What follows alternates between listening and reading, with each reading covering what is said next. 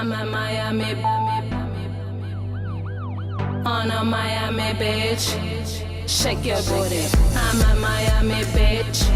And Andrew, what is your... Hello dear viewers, thank you Yaroslav for such opportunity to say some words about the economy of Ukraine, the development of economy in Ukraine. But I want to say some words about the historical background of the development of the Ukrainian economy. As everybody know, Ukraine used to be an agricultural country. Then Soviet Union came and transformed Ukraine into an industrial country. Soviet Union collapsed and Ukraine became independent, and since 1991 our governments didn't have one strict policy in economy. So they didn't have one strict plan how to build a new economy, how to build a new country, how to build a new country with new values. So only nowadays, only 10% of GDP we have from agriculture sector. Only 10%. It's an agricultural country, and we have only 10% of GDP. So I'm sure that we are on the steps of the building of a new country with a new economy, and this economy is not built yet. Okay, thank you.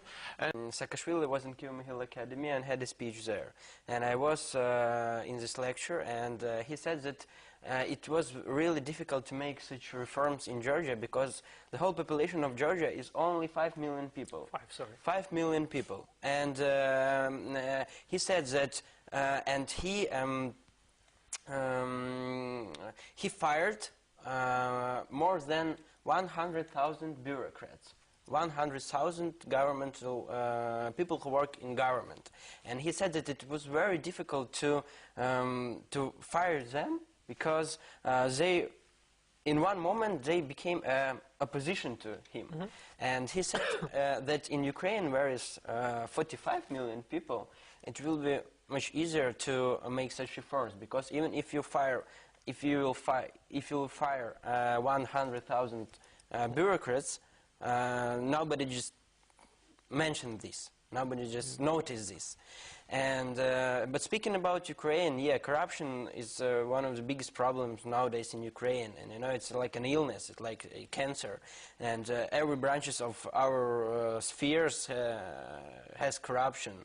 So yes, as Gleb said, it's, for example, for one and other people, it's to give a bribe, it's make some process easier to get a question solved.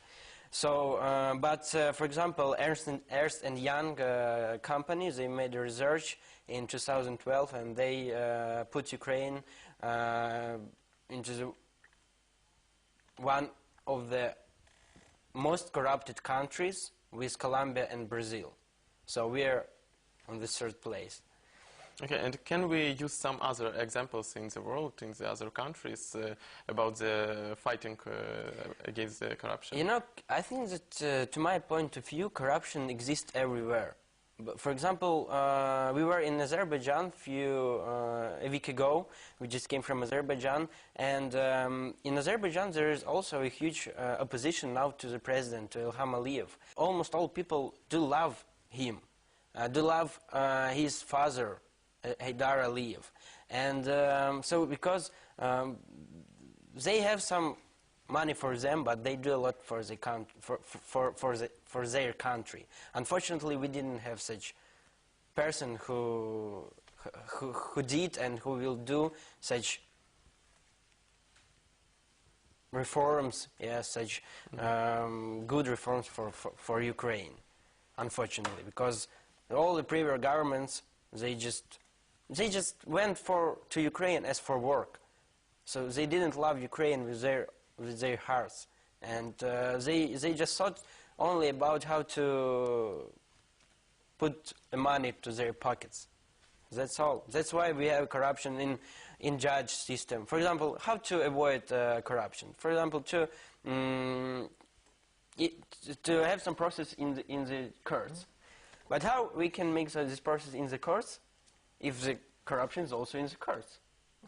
So all judges are sold already and will be sold and will be paid money for this or this questions. So I think this problem is in the civil society, to build a new civil society with new values, with new European values. Yeah, corruption will exist, and I think that it's too hard to avoid it to the 100%. But to make it less, it is possible. Okay, Yeah. thank you. Maybe lobbying if to take Ukraine, we didn't have a really strong lobbyist here, as America has. Officially, So we don't have in Ukraine. officially, yes, we do not have such position as lobbying. But America has. Maybe in America, lobbying is like an official bribe. Yeah, but official payment. Yeah. Official payment for some questions. Okay, let's call it the same. Okay, and Yeah, since everything depends on the government and on the officials. If officials want to be closer to the society, for example, taking the European Union, the ministers in the European Union can go to their place of work by bicycle.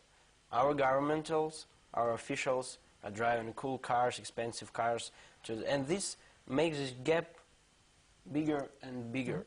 So it all depends on officials. If they want to be closer to the society, if they want to be closer to the people, if they want to, I don't know, to be like one nation, not a separate nation. So it all depends on them. Yeah, I told not to make an agriculture, make an economy of Ukraine based only on agriculture. But I meant that, for example, when the Europeans come to Ukraine and they see how many land are just empty, without any fields, without any, I don't know, this equipment to get wind power, and they just going crazy because they say, hey, guys, you have so many lands just to make some products, just make some profit, and you don't do this. For example, taking Denmark, and the agricultural sector is well developed there. For example, if the farmer have some quantity of pigs, for example, and one pig died, so the government reimburses him the money for this pig. So there is a huge dotation for an agricultural sector, for example, in Denmark. And speaking about Ukraine, what dotation does government give for the agricultural sector? Nothing. So IT technology, I agree with you absolutely. So IT is the future, and we do have a really good IT specialist in Ukraine, but salaries. They are working here in international companies. We didn't have our Ukrainian companies who will give a good salary for our IT specialists. So mostly they are going abroad and working in different companies somewhere abroad, and working not for the prosperity of Ukraine but for prosperity of other countries. And it is a problem. Andrey? Yeah, international practice of doing business is a good practice, but only if the country will receive a profit. I mean, if the export will be more than import. For example, to produce some goods, to sell them abroad, and to get to Ukraine euros or dollars. And in this way, the country will be profitable. That's all. Okay, and for the end, Andrey, what is your prospects for economy of Ukraine?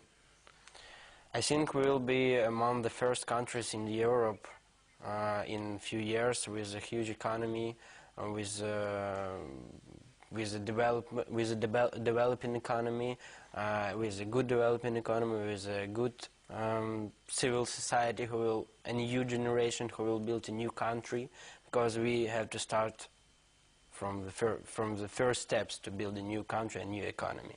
I'm a Miami, on a Miami beach, Shake your booty. I'm a Miami bitch.